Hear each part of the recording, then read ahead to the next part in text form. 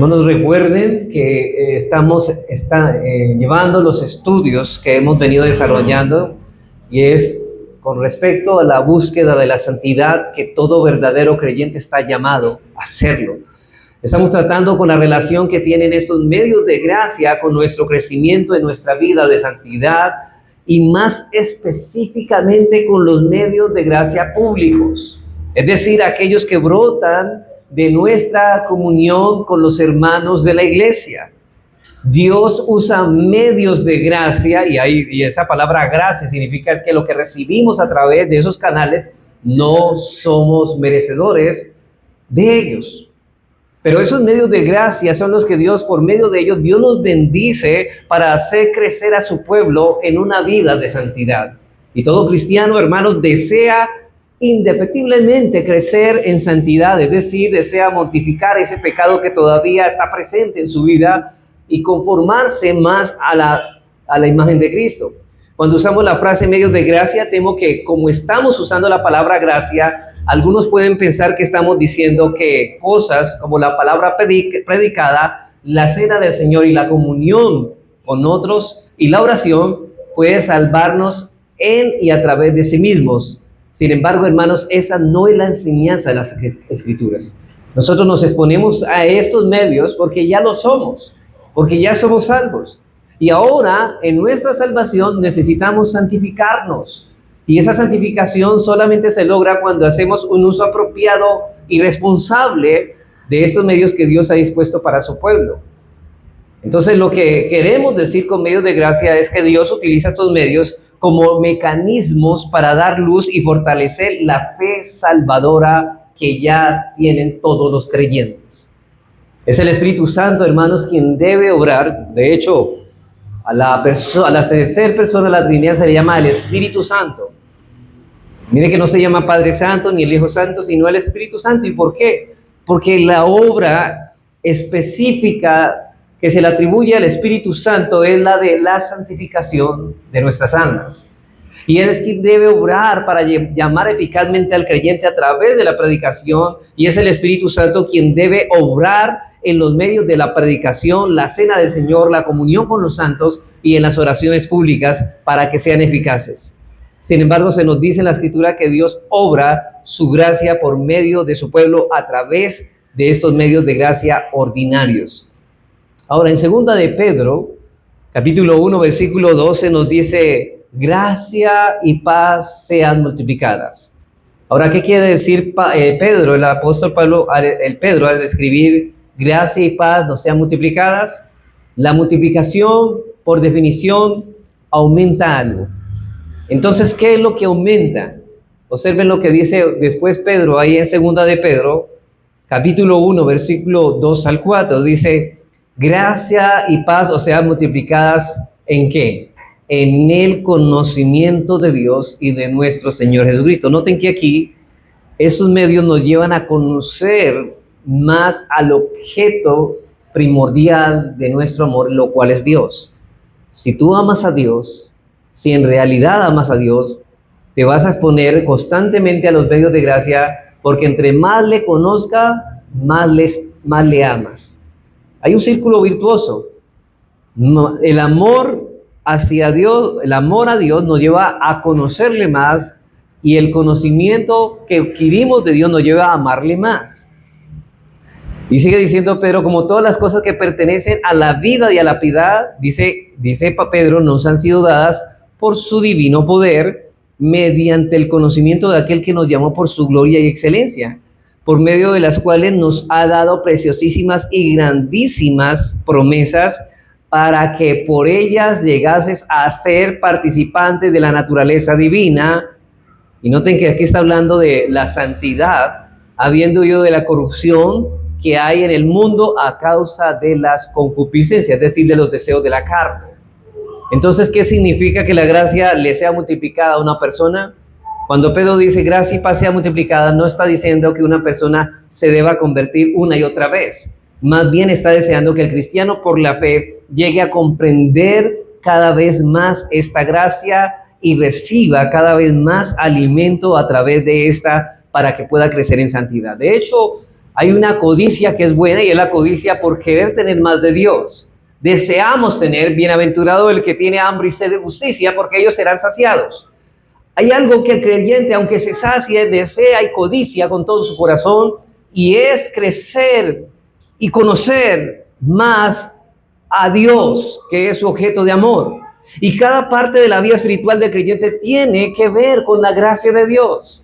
Somos justificados por la gracia de Dios, somos santificados por la gracia de Dios y somos glorificados por la gracia de Dios. Cuando usted y yo estemos en los nuevos cielos y la nueva tierra, cantaremos aleluya al Cordero, dice el Cordero que es digno, y estaremos allí porque Cristo tomó cada culpa que merecemos ser castigada. Él la tomó y la recibió el castigo en la cruz, y esa es la buena noticia del Evangelio. El Evangelio no se trata de seres humanos tratando de hacer cosas bien para ganarse el favor de Dios, sino se trata de que alguien hizo lo que nosotros no podíamos hacer para tener las bendiciones en Cristo. Y queremos ser mejores, hermanos. Sí, en realidad el cristiano cuando es salvo quiere ser perfecto, quiere ser santo. Hay un principio que se ha implantado en el corazón de querer ser como su objeto de amor. Pero no podemos hacerlo solos. Somos pecadores perversos, y en el momento en que una persona pone su fe en Cristo es cambiada para siempre, redimida por la sangre de Cristo, pero Dios no lo deja ahí. Lo hace crecer en santidad, lo alimenta y lo fortalece en la fe y en su palabra. Por eso es que una evidencia de que una persona ha nacido de nuevo, está salvo, es que tienes hambre y sed de la palabra de Dios. Hambre de conocer y alimentarse más del Señor. Y eso es lo que dice segunda de Pedro 2, cuando dice Pedro dice, desead como niños recién nacidos la leche espiritual no adulterada, para que en ellas crezcáis. ¿Para qué? Para salvación, es decir, creciendo en santidad. Hermanos, todo cristiano desea esto y es capaz de dejar todo lo de este mundo para que estas cosas sucedan en él. Dios no nos ha dejado que nos edifiquemos a nosotros mismos, sino que ha delineado varios medios que utiliza predominantemente para hacerlo. Esto, por supuesto, no significa que sean las únicas cosas que Él puede usar en la vida de un cristiano, pero ha identificado medios específicos, regulares y ordinarios, que Él usará para crecer, para hacer crecer a los creyentes en su vida de santidad. Y todo creyente, hermanos, como estamos hablando en los medios de gracia público, ve la necesidad de hacer uso de esos medios de gracia porque él sabe que Dios va a bendecir su vida a través de ellos.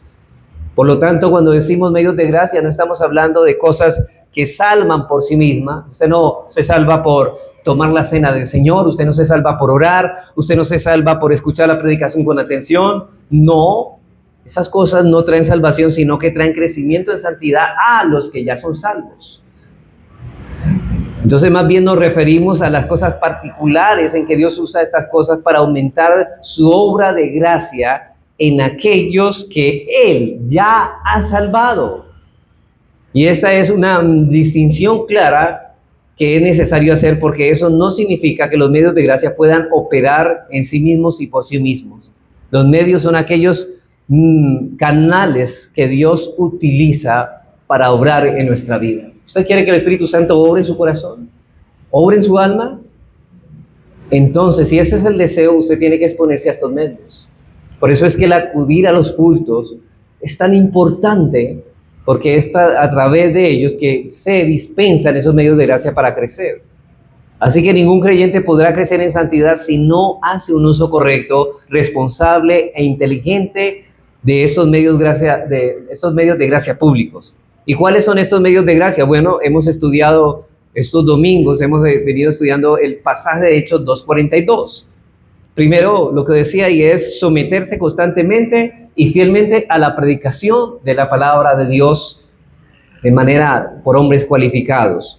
2, la comunión los unos con los otros. Realmente usted quiere crecer en santidad, debe buscar la comunión de los hermanos, debe ser parte de una membresía de una iglesia para exhortarse en amor los unos con los otros. 3, lo vimos el domingo pasado, la participación de la cena del Señor. Y esta mañana vamos a tratar con el último elemento, que es la oración pública o corporativa. La oración pública y corporativa.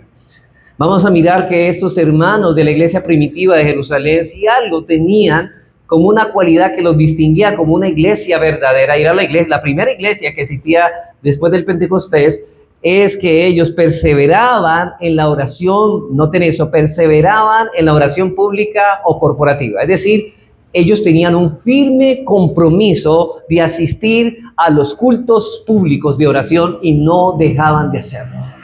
Y eso manifestaba de que eran creyentes, una evidencia de que ellos eran parte del pueblo de Dios. Ellos con el pueblo de Dios se reunían en un día determinado para elevar sus oraciones ante el trono de la gracia.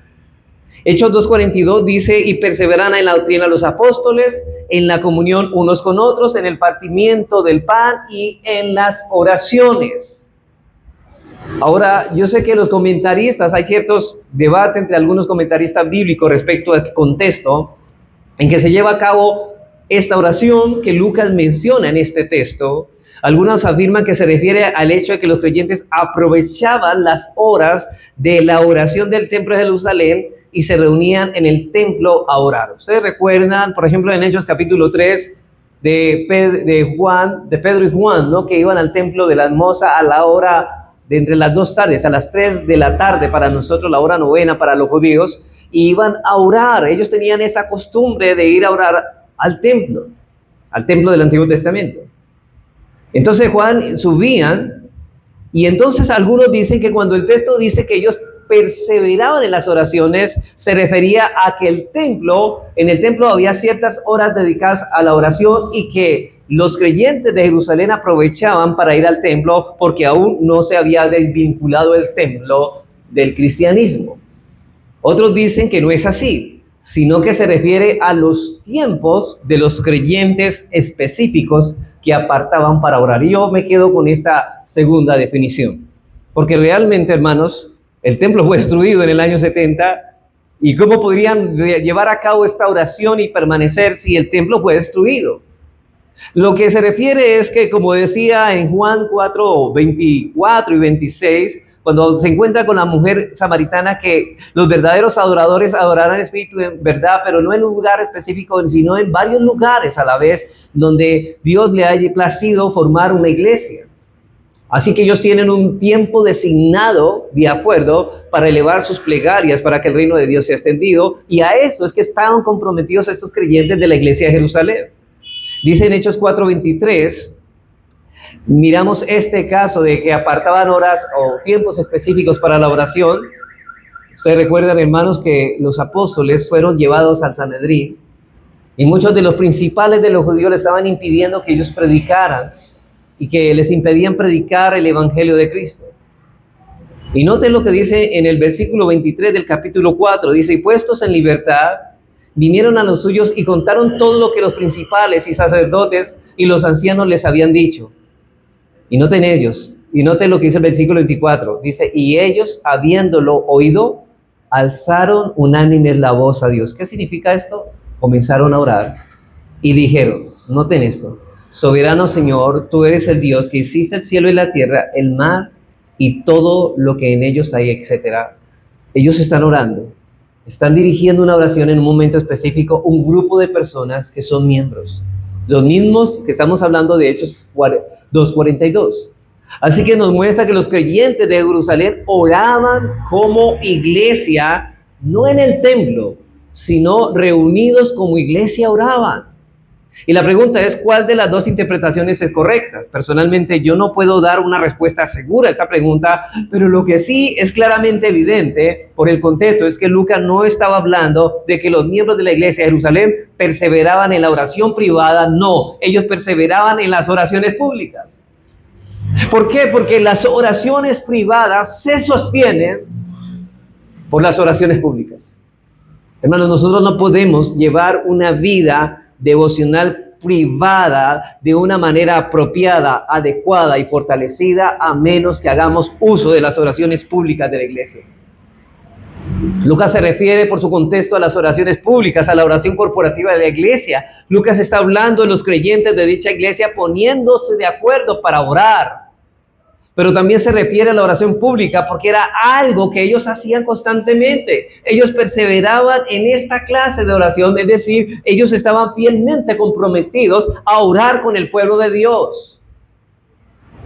Y todo verdadero cristiano tiene este compromiso por lo que brota en el corazón de él. Y debo decir aquí, hermanos, que es muy lamentable como muchos que profesan hoy la fe, que dicen ser cristianos, no le dan importancia a este medio de gracia, de santificación que el Señor nos ha otorgado. Es triste, hermano, y lamentable que los cultos de oración, como los cultos de la tarde, sean los menos concurridos de las iglesias. Y esto habla muy mal de nuestra vida espiritual, del decaimiento espiritual tristemente que estamos llevando muchos. Es lamentable, hermanos. Todo creyente entiende cuál es la función que tiene la oración personal en su vida de santidad, aunque no ore mucho, pero él lo entiende. Pero lamentablemente, hermanos, no todos los que dicen ser cristianos entienden que la oración pública corporativa es indispensable para crecer en santidad. Usted no podrá crecer en santidad si usted no acude a los cultos de oración. Porque estamos pidiendo, si usted es parte de la membresía, usted es parte del cuerpo de Cristo, y en las oraciones que hacemos públicas, todo lo está enfocado, no solamente, primordialmente en la gloria de Dios, pero Dios se va a glorificar. ¿Cómo? ¿De qué manera? Cuando el pueblo, el cuerpo de Cristo crece. Y si usted hace parte de esa membresía, usted crecerá con el cuerpo, porque no solamente le interesa su crecimiento, sino el crecimiento del cuerpo, en el cual la cabeza es Cristo. Ahora somos parte de la familia de Dios, un pueblo santo. De la misma manera como es importante que apartemos de nuestro tiempo para dedicarnos a orar de forma privada al Señor, así también es importante que participemos de ese tiempo que la iglesia ha apartado para orar juntos como un solo cuerpo a nuestro Dios. Y hermanos, nosotros hemos señalado el día miércoles para llevar a cabo esta tarea.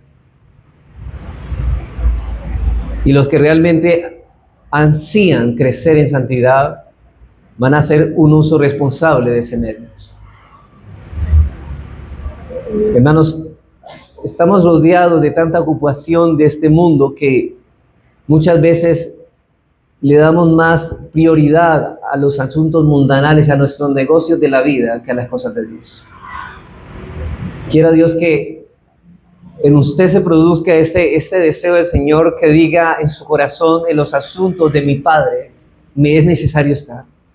Y hermanos, y el culto de oración es un asunto de Dios, es un asunto del Padre, pero la pregunta es: ¿qué está dejando usted por vivir, por estar en ese lugar, clamando con los hermanos en un mismo entendimiento, en un mismo sentir, pidiendo por las mismas cosas, para que Dios obre a través de esta congregación? No solamente para que nosotros crezcamos espiritualmente, sino para que Dios rescate a muchos hombres y mujeres que se encuentran en la esclavitud del pecado.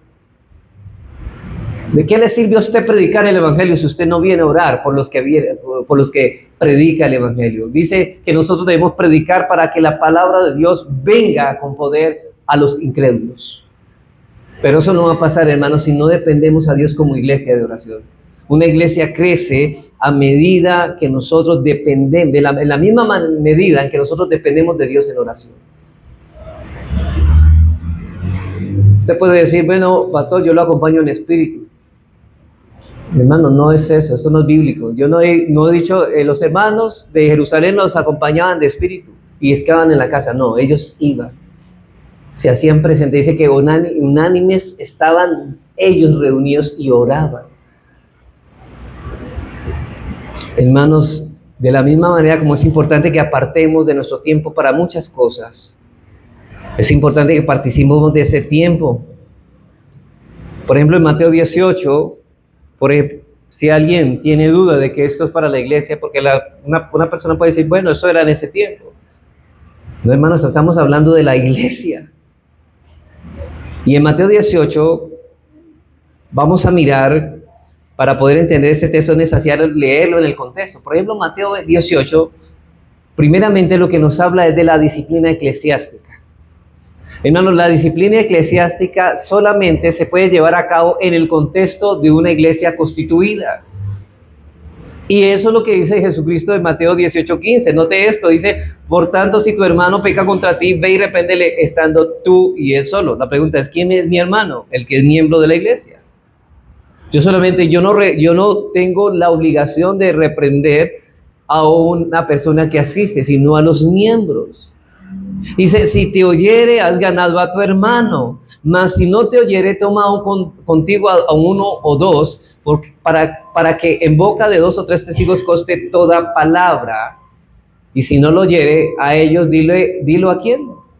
O sea que la iglesia está, aquí se supone que la iglesia está ¿qué?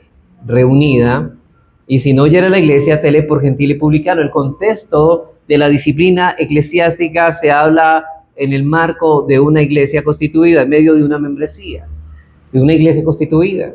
Aquí el Señor se está refiriendo a la iglesia local, a un grupo de creyentes específicos que se reúnen para adorar al Señor en un lugar específico, que tienen un grupo de líderes específicos. Y sabemos eso porque aquí se nos habla de la posibilidad de excluir a una persona de la membresía de la iglesia.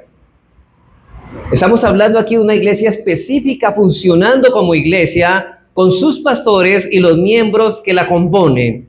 Y es en ese contexto que dice en el versículo 19, y note lo que dice. Dice, otra vez digo, que si 2 de vosotros se pusieron de acuerdo en la tierra acerca de cualquier cosa que pidieran. ¿A qué se está refiriendo ese pedir? Está hablando en un contexto de ¿qué? De oración. Pero note que ya les ha dicho que está hablando como iglesia. Dice que se pusieran de acuerdo en la tierra acerca de cualquier cosa que pidieran, les será hecho por mi Padre que está en los cielos. Versículo 20, porque donde están 2 o 3 congregados en mi nombre, allí estoy yo en medio de ellos. Y esa palabra congregados en mi nombre se refiere a la iglesia reunida como iglesia. Porque muchas veces la iglesia se reúne no como iglesia, sino que se reúne, por ejemplo, si se reúne, vamos a lavar la silla, hermano, vamos a convocar a los hermanos de la iglesia para lavar la silla. ¿Se están reuniendo como iglesia? No. Cuando la iglesia se reúne como iglesia, cuando se reúne a adorar a Dios en el culto de adoración, se reúne como iglesia, o cuando se reúne para orar a Dios, eso es reunirse como iglesia. Tenemos que reunirnos como iglesia. Y aquí está hablando no solamente de la disciplina, sino que está diciendo que si 2 se ponen de acuerdo, o 3 se ponen de acuerdo, algunos de vosotros se ponen de acuerdo para pedir cualquier cosa que pidieres, les será hecho por mi Padre que está en los cielos, porque donde están 2 o 3 congregados en mi nombre, así que una iglesia puede nomás tener ¿cuántos miembros? 2 o 3. Allí estoy yo en medio de ellos. Esos 2 que se reúnen seriamente es una iglesia. Hay gente que piensa que la iglesia tiene que ser millares o centenares de personas. No, aquí es una iglesia de 2 o 3.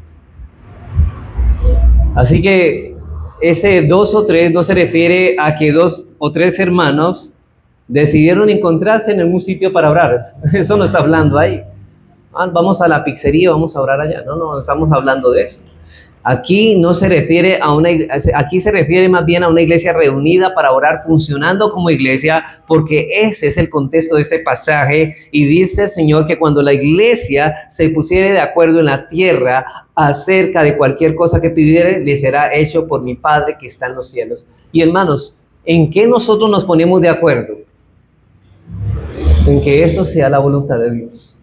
Y conforme a la voluntad de Dios, así vamos a pedir, como dice 1 de Juan 5:14, que si pedimos alguna cosa conforme a su voluntad, Él nos oye. Y está hablando en el contexto de ¿qué? De la oración personal, no de la oración eclesiástica, corporativa. Cuando hermanos, si creyésemos esta promesa, nos esforzaríamos a venir a congregarnos con el pueblo de Dios en aquellos momentos que la iglesia aparta para dedicarse a la oración pública y corporativa. ¿Sabe cuál es el problema de las personas que no vienen a los cultos de oración? El problema es un problema grave, es un problema de fe.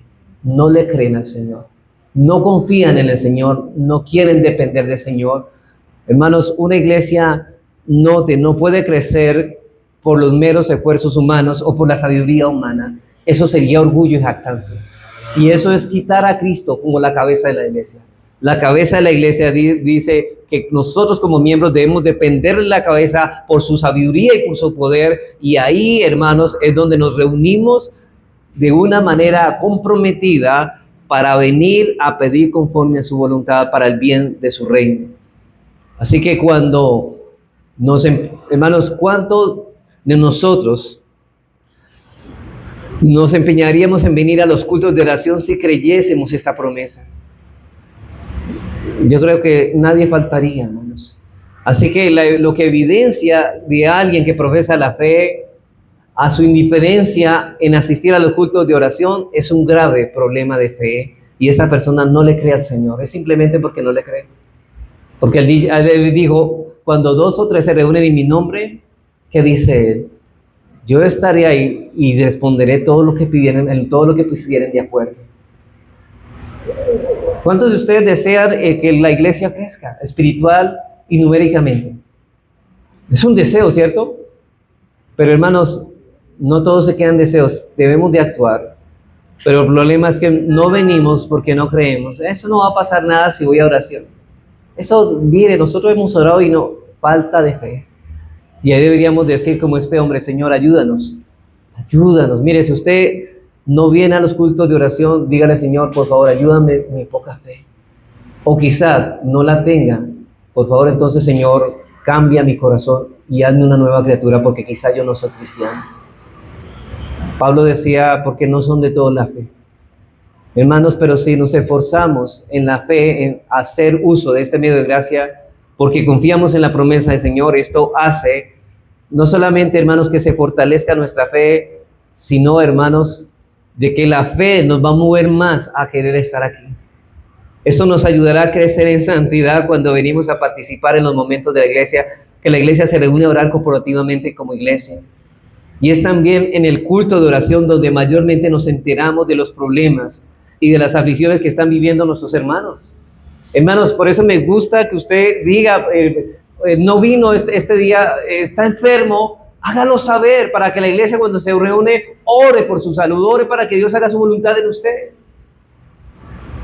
Eso necesitamos saber que los hermanos están pasando por una situación difícil y que nosotros nos gozamos en saber que podemos llevar esas peticiones al trono de la gracia con gusto y que el Señor responderá de acuerdo a su voluntad. Y cuando haya respuesta nos alegraremos todo y eso nos motivará más a venir aquí porque estamos viendo la respuesta de Dios en nuestras oraciones.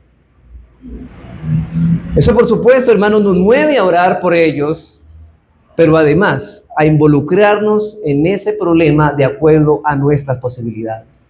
No es solamente orar, sino involucrarnos que en la medida de nuestra posibilidad podamos ayudar a esta persona en la necesidad que está pasando. Pero necesitamos comprometernos. Pero también la oración pública contribuye a nuestra santificación. Es importante, hermanos. ¿Usted quiere crecer en santidad? Participe, porque eso le va a ayudar a mortificar nuestro egoísmo y nuestro individualismo. Hermanos, ¿cuántos venimos a la iglesia pensando solo en nuestros problemas? Como si el universo girara en torno a nuestros problemas. Cuando escuchamos las peticiones de algunos hermanos, muchas veces nos daremos cuenta de que nuestros problemas no son tan graves como pensábamos que eran. Que hay hermanos que están pasando por aflicciones más complicadas que nosotros. Pero a veces nos centramos tanto en nosotros, pero ¿sabe qué hace el culto de oración? Cuando estamos orando por esas peticiones, miramos, el hermano está pasando realmente por una necesidad muy difícil, por una situación muy difícil, y va a decir, la verdad, lo que yo tengo no es nada, me estoy enfocando en algo muy pequeño, que es mi vida. Además, hermanos, que empieza a involucrarse en el problema del hermano. Y es así como el pecado del egoísmo es mortificado. ¿Qué es la santificación? Mortificación del pecado. Solo es suficiente, hermanos, con leer el libro de Hechos para darnos cuenta de las bendiciones que la iglesia recibía en las oraciones públicas. Por ejemplo, en Hechos 4:23, miremos a la iglesia reunida y miremos la respuesta de Dios a esta oración. Lucas nos comenta que después de una persecución, la iglesia, ¿sabe qué hizo? Se reunió para orar. Y dice, y note estos, y puestos en libertad, Pedro y Juan vinieron a los suyos, o sea, a la iglesia, y contaron todo lo que los principales sacerdotes y los ancianos les habían dicho. Y ellos, habiéndolo oído, alzaron unánimes la voz y dijeron: soberano Señor, ¿tú qué eres? Tú eres el Dios que hiciste el cielo y la tierra, el mar y todo lo que en ellos hay, que por boca de David tu siervo, ¿por qué se amotinan las gentes y los pueblos piensan cosas vanas?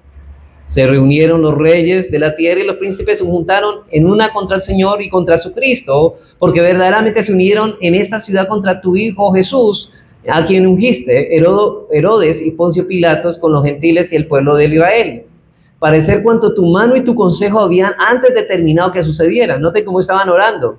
Y ahora, Señor, mira, estoy hablando de una oración aquí en la iglesia, y ahora, Señor, mira sus amenazas y concede a tus siervos, mira lo que piden al Señor, y concede a tus siervos que con todo de nuevo hablen tu palabra. Ellos no dijeron: Señor, que no nos meten en la cárcel. No pensaron en su problema. Señor, que podamos predicar con valor tu palabra. Eso es lo que estamos pidiendo. Y no te lo que sigue diciendo. Mientras se extiende tu mano para que se hagan sanidades y señales y prodigios. En ese tiempo era como una confirmación de la palabra que estaba siendo revelada. Dice: mediante el nombre de tu santo Hijo Jesús. Y note el versículo 31. Cuando hubieron orado, el lugar en que estaban congregados, ¿qué pasó? Tembló. Y todos fueron llenos del Espíritu Santo. Y noten la respuesta: y hablaban con de nuevo la palabra de Dios. Lo que estaban pidiendo, lo recibieron. Señor, que hablemos con de nuevo la palabra de Dios a pesar de estas amenazas. ¡Prum! El Señor los llenó del Espíritu Santo y pudieron hablar con valor. ¿Dónde ocurrió eso? ¿En un culto de qué? Tremendo, hermanos. O sea, mira lo que nosotros nos perdemos. Usted critica a la iglesia, quizás, pero ¿usted qué está haciendo por la iglesia? ¿Viene a orar? Usted dice: pero tan poquita la gente. ¿Pero qué está haciendo usted? ¿Está orando para que Dios salve a muchos más hombres y mujeres? Pero es que los hermanos como que no se le ve la santidad, y usted está orando para que la iglesia crezca en santidad. Hermanos, el poder de Dios le plació manifestarse en esta iglesia cuando esta iglesia estaba orando de manera corporativa y todos fueron llenos del Espíritu Santo y hablaban con de nuevo la palabra.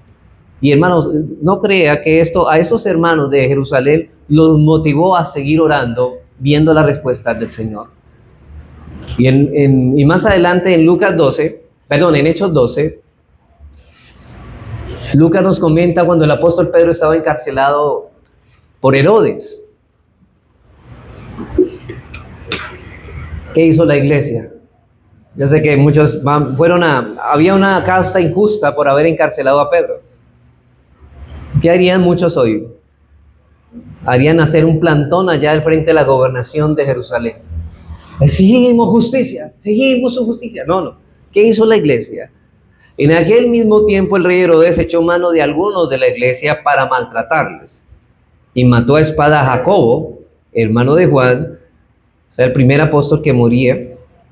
Y viendo que esto había agradado a los judíos, note esto, procedió a prender también a Pedro. Eran entonces los días de los panes sin levadura.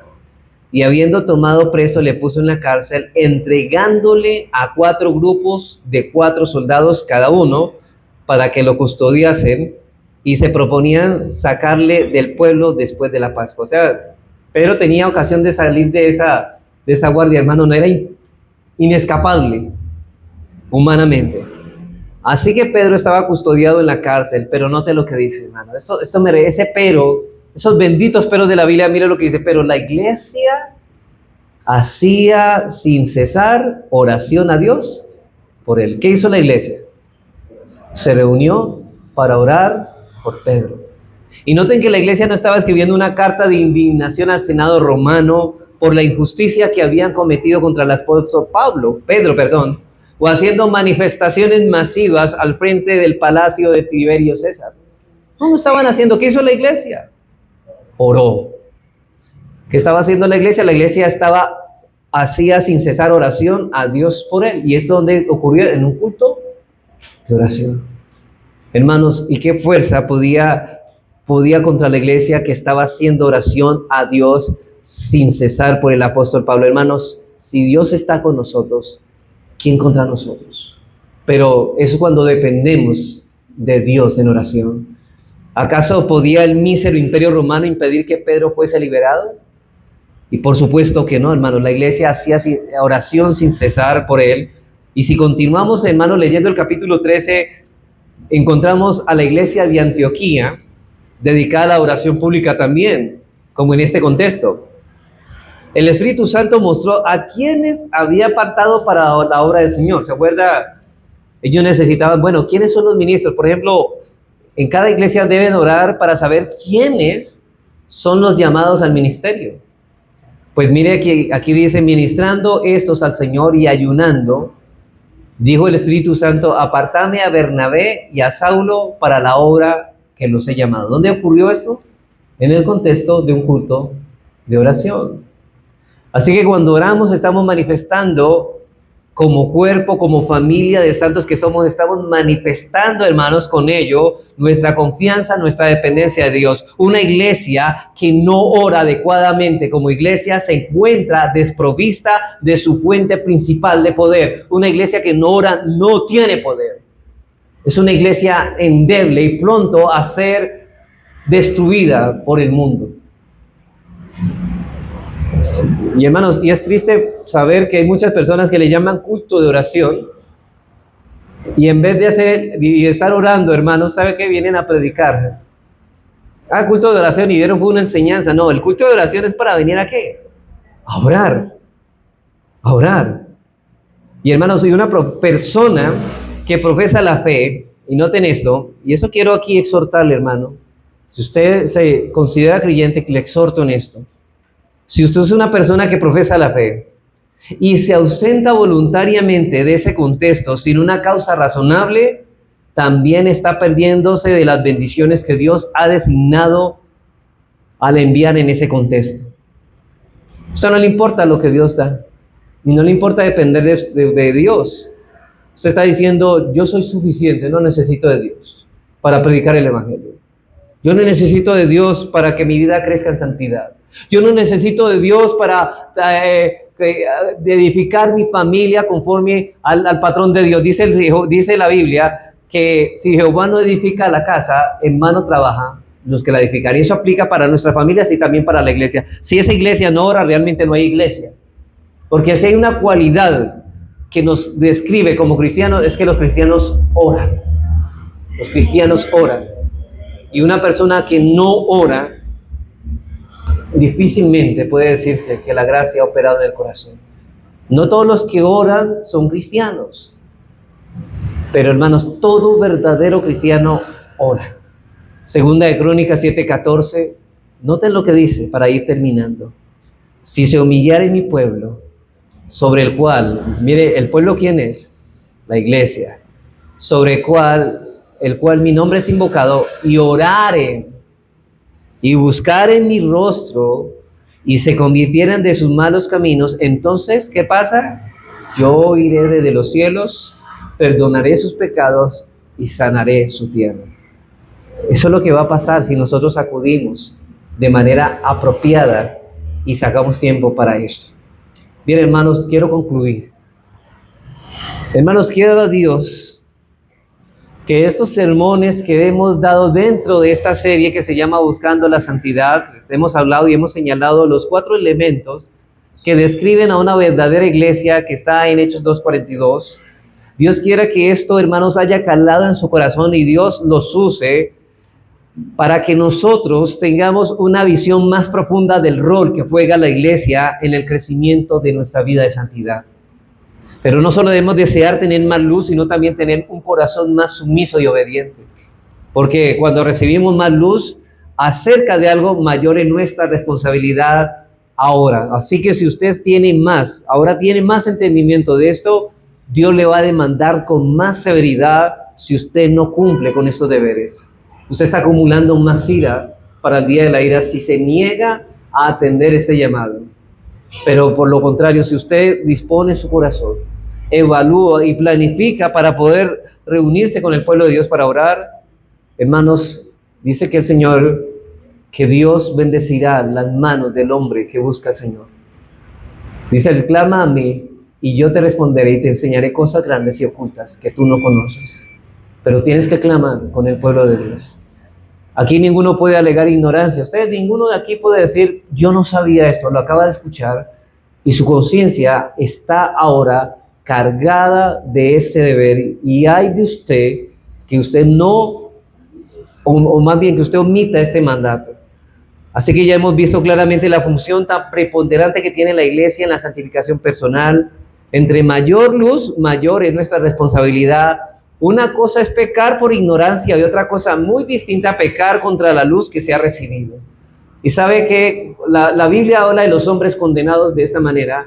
Pues el mismo Señor Jesucristo dijo en Juan 3:19, y esta es la condenación, que la luz vino al mundo y hoy ha venido luz a su mente para saber qué es lo que Dios quiere de usted. Y esta es la condenación, que la luz ha venido al mundo, pero, y está hablando de los hombres impíos, pero los hombres amaron más las tinieblas que la luz porque sus obras eran malas. Si usted desea, hermanos, si usted realmente la obra de gracia ha operado en su corazón, si usted ha sido salvo, va a amar la luz y va a hacer que la luz reprenda su vida desordenada para ordenar sus pasos y vivir en rectitud como Dios manda. Así que, hermanos, no podemos crecer en santidad si nos aislamos de ese contexto eclesiástico que Dios nos ha prometido bendecir. La exposición pública de la palabra, la comunión unos con otros, la participación de la cena del Señor y la oración pública y corporativa, debemos hacer uso responsables. Así que Dios nos ayude, hermanos, como congregación, a hacer un uso correcto, apropiado y responsable de esos medios que Dios nos ha provisto para crecer en santidad. Y quiera Dios también, hermanos, que pronto la iglesia sea constituida para que dentro de ese contexto tengamos un crecimiento espiritual, para que todos los verdaderos creyentes anhelen crecer en santidad, porque sin santidad nadie verá al Señor. Vamos a orar.